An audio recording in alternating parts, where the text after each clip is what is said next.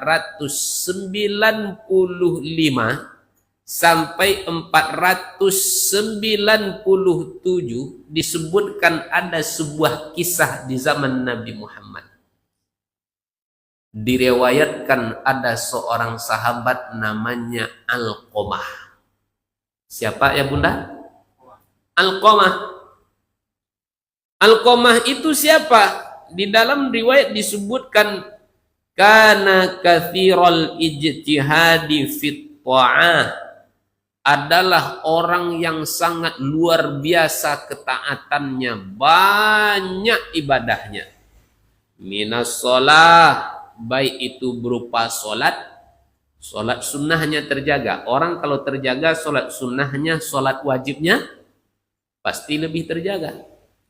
Wassaumi, dan dia pun rutin berpuasa. Orang kalau bisa melaksanakan puasa sunnah, maka puasa wajib lebih bisa lagi. Ayah bunda, mana yang berat terasa, puasa wajib atau puasa sunnah? Coba kita banding-bandingkan sedikit. Lebih berat puasa sunnah atau puasa wajib? Puasa? Berarti sama kita ya. Saya pun terasa bagi saya lebih berat puasa sunnah. Kenapa lebih berat puasa sunnah? Orang tak semuanya puasa. Tapi kalau puasa wajib, orang semuanya dalam keadaan berpuasa. Yang lebih berat godaannya saya sebagai ustadz. Awak nak puasa nanti puasa Syawal tuh undangan banyak. Yang ngopinya lah, tawarannya ini itunya, apalagi si tausiah halal bihalal. Makanan yang paling enak dekat awak. Makanan yang paling banyak dekat awak. Dimakan awak puasa, tak dimakan takut rugi pula. Nah, ayah bunda dimuliakan Allah. Puasanya terjaga. Wassadaqah, sedekahnya pun banyak. Siapa namanya tadi? Alqamah. Tapi sayang, di saat detik-detik kematiannya, sulit dia mengucapkan syahadat la ilaha illallah, asyhadu an la ilaha illallah. Sulit dia. Akhirnya karena sudah berkali-kali ditalkinkan oleh istrinya, ndak juga bisa.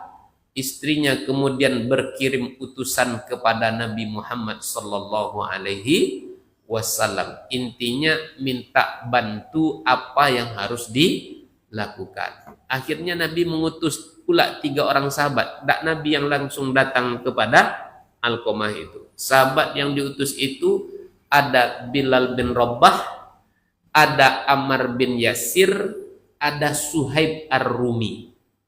Satu siapa tadi bunda?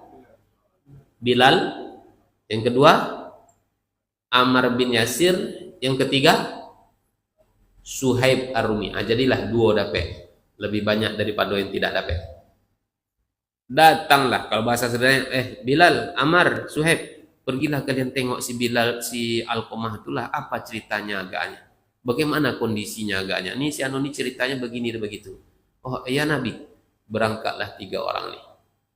Ternyata memang sesuai dengan yang diceritakan oleh utusan istrinya tadi. Sulit berat mengucapkan la ilaha illallah. Padahal la ilaha illallah itu mudah sebenarnya ayah bunda. Tidak pakai bibir, tidak pakai gigi. La ilaha illallah. Cuman di lidah aja.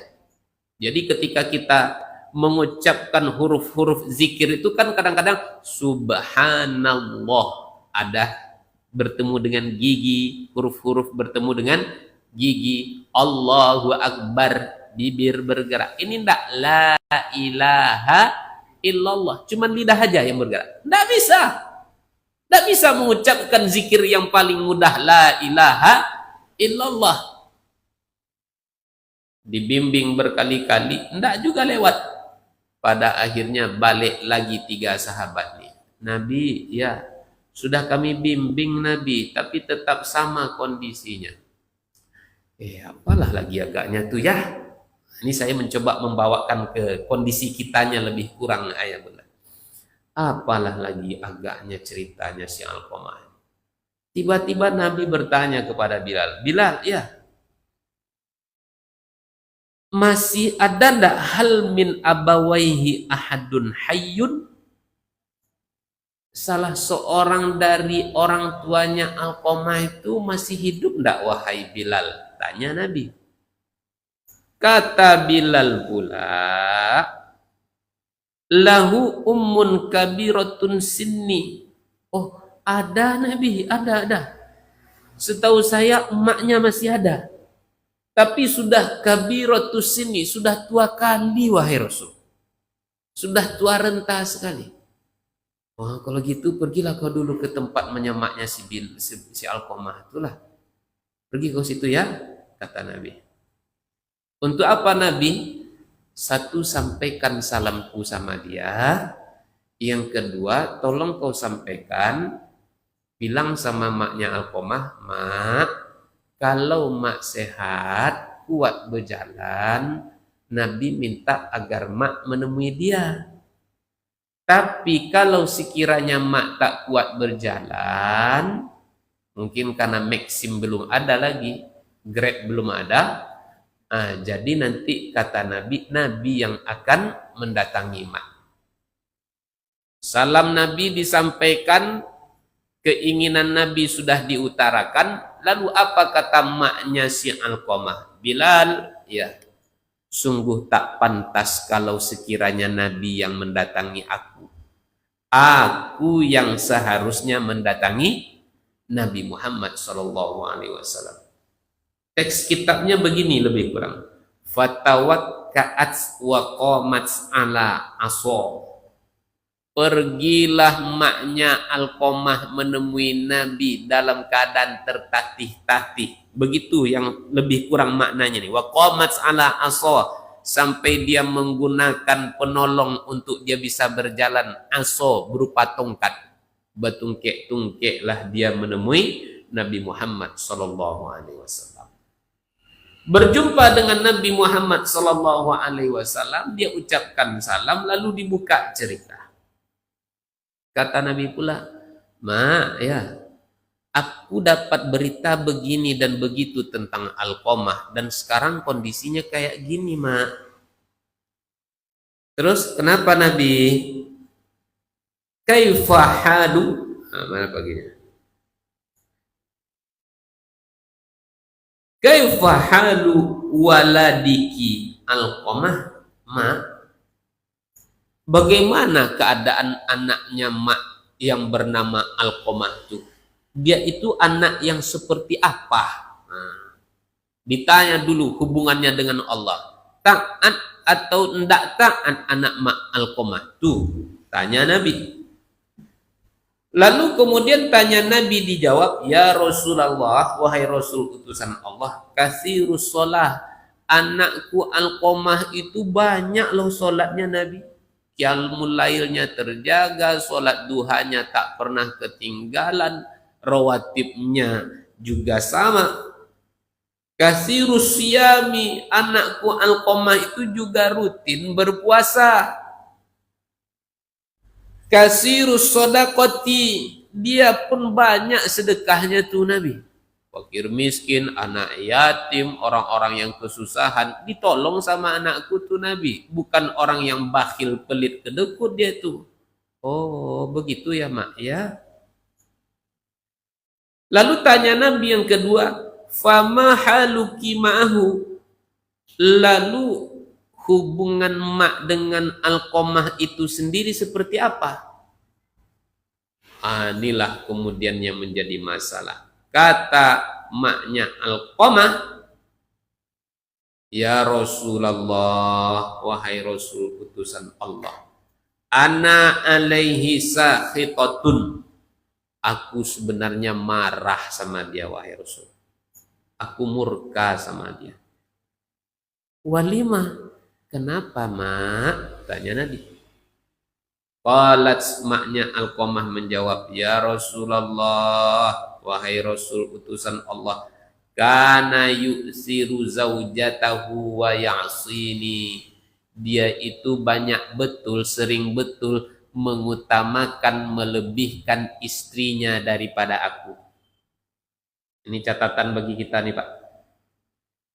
Selalu dan sering melebihkan, mengutamakan istrinya daripada aku, wa ya'sini, dan dia pernah durhaka kepadaku, wahai Nabi. Ada pula riwayat yang saya dengar di antara yang sangat berkesan bagi maknya Alqamah itu. Maknya Alqamah ini, ya namanya mak pasti sayang sama anaknya. Masaklah dia masakan kesukaan si Alqamah ini. Mak saya tahu masakan kesukaan saya. Kalau saya pulang, Assalamualaikum mak, Waalaikumsalam mak, besok awak balik mak, ya. Pagi itu sehari sebelum saya pulang tuh dia ada pergi ke pasar mencarikan rebung. Karena saya suka dengan gulai rebung. Terus nanti digorengnya ikan nila dikasih cabai, masukkan ke dalam kulkas sehari, besoknya dibakar. Oh, jangan bunda bayangkan nanti batal pula puasa kita begini. Yang saya suka satu lagi itu jengkol yang dibakar, kan api di tungku tuh bukan ya api yang memasak pakai kayu. Nanti dimasukkan jengkol tuh di dalam abunya itu. Oh, itu sedap pula tak terkira. Tahu mak itu masakan kesukaan saya. Kalau saya pulang mak biasanya menyediakan itu. Jadi maknya Alqamah ini dibuatnya masakan kesukaan anaknya. Pergi dia ke rumah Alqamah, istrinya masak pula. Ada yang mengatakan tak disentuhnya masakan yang sudah dibuat oleh emaknya. Ada pula yang menyebutkan dimakannya cuma sedikit aja. Yang dia makan banyak itu masakan istrinya. Itulah yang membuat goresan luka di hati emaknya. Ternyata memang ayah bunda, orang semakin tua itu semakin gampang tersinggung nampaknya. Iya bunda? Fitrahnya orang semakin tua semakin gampang tersinggung. Guru saya pernah bercerita, ada atu-atu, dompetnya mahal, dompetnya bagus, lalu kemudian tiba-tiba dibakarnya dompetnya itu. Orang bertanya, tuh ya, kok dibakar pula dompet bagus ini, kulitnya mahal nih. Untuk apa aku punya dompet ndak ada isi, katanya. Anakku kalau berkirim selalu sama istri aku tak ada. Sekalipun nanti anak berkirim kepada istri, istri kan sampai juga ke kita sebagai suami. Tapi ternyata dia tersinggung di situ. Simple cuman tuh ayah bunda. Sederhana cuman, tapi cukup untuk menggoreskan luka. Saya semenjak guru saya cerita macam ini, karena memang selama ini saya pun seringnya begitu. Kalau kirim duit itu biasanya saya kirim ke rekening emak. Dan emak lah nanti yang mengatur keuangan gitu kan. Ya karena memang selama kita menikah berumah tangga kan memang yang mengatur keuangan itu adalah istri. Rata-rata kita kan seperti itu. Jadi karena memang terbiasa seperti itu, saya berkirim sama emak. Tapi semenjak saya dapat cerita itu, ada orang tua yang tersinggung, membuat luka di hatinya. Semenjak itu, saya kalau kasih duit langsung aja ke bapak langsung. Bahkan kadang-kadang dari bapak ada yang ngasihin emak nanti pak. Kalau bapak ke Pekanbaru contohnya gitu kan, bapak aja lah ngasih duit ke emak. Sederhana, tapi cukup menggoreskan luka. Menurut kita biasa-biasa saja, tapi tidak ternyata bagi kebanyakan orang tua terluka hatinya mak Alqamah. Lalu apa kata Nabi Muhammad sallallahu alaihi wasallam? Inna sakhatu ummi Alqamata hajaba lisana Alqamata anis syahada. Di saat emaknya Alqamah berkata seperti itu, lalu apa kata Nabi? Sesungguhnya marahnya emaknya Alqamah membuat Alqamah terhijab untuk mengucapkan asyhadu alla ilaha illallah. Goresan luka yang sedikit itu terhijab hatinya. Jadi sebenarnya ayah bunda, judul dalam kitab ini judul babnya itu al-uququ mana'ahun nutqa bisyahadatain. Durhaka kepada orang tua menghambat orang untuk mengucapkan syahadat. Durhaka orang tua menghambat orang mengucapkan syahadat, maksudnya dia akan sulit mati. Lalu ayah bunda dimuliakan Allah, lanjut cerita tadi, kata Nabi kepada Bilal, ya Bilal, ya Nabi, apa Nabi? Intolik wajma'li hataban kasiran. Bilal, pergilah kau cari kayu bakar sebanyak-banyaknya lah, kata Nabi. Hah? Untuk apa tuh Nabi? Kata si Bilal. Ma tasna'u bihi. Untuk apa kayu yang banyak itu Nabi? Ya, kita mau bakar Alqamah. Terdengar pula sama maknya Alqamah. Hah? Nabi, tak salah dengar aku nih Nabi. Tak salah cakap di kau Nabi. Engkau akan membakar anakku Alqamah. Iyo mak. Kenapa pula Nabi? Supaya nanti Alqamah tidak dibakar lagi di hari kiamat mak. Supaya dia tak disiksa lagi mak. Karena siksa akhirat, api akhirat tidak ada apa-apanya dengan api yang ada di dunia ini. Seringan-ringan azab bagi seorang manusia ditaruh bara api yang sangat kecil di telapak kaki. Bara api yang kecil di telapak kaki, melelehlah otak dibuatnya. Begitulah panasnya mak.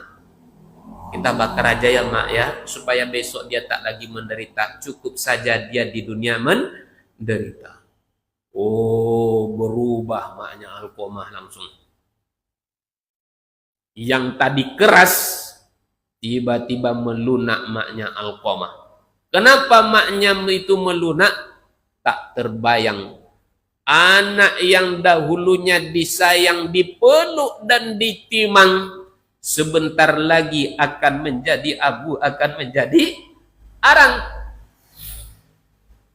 Terbayang kenangan-kenangan yang indah, senyum manisnya di waktu masih kecil, canda tawa di waktu masih kecil, senang teringat pertama kali mengucapkan mama, mengucapkan ibu. Kenangan-kenangan indut itu terbayang di hadapan maknya Alqamah, tak terbayang. Lalu kemudian menangis maknya Alqamah, Nabi, janganlah engkau bakar anakku Nabi.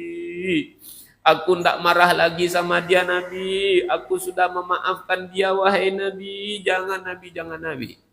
Serius mak sudah memaafkan dia. Serius Nabi, aku tak marah lagi Nabi.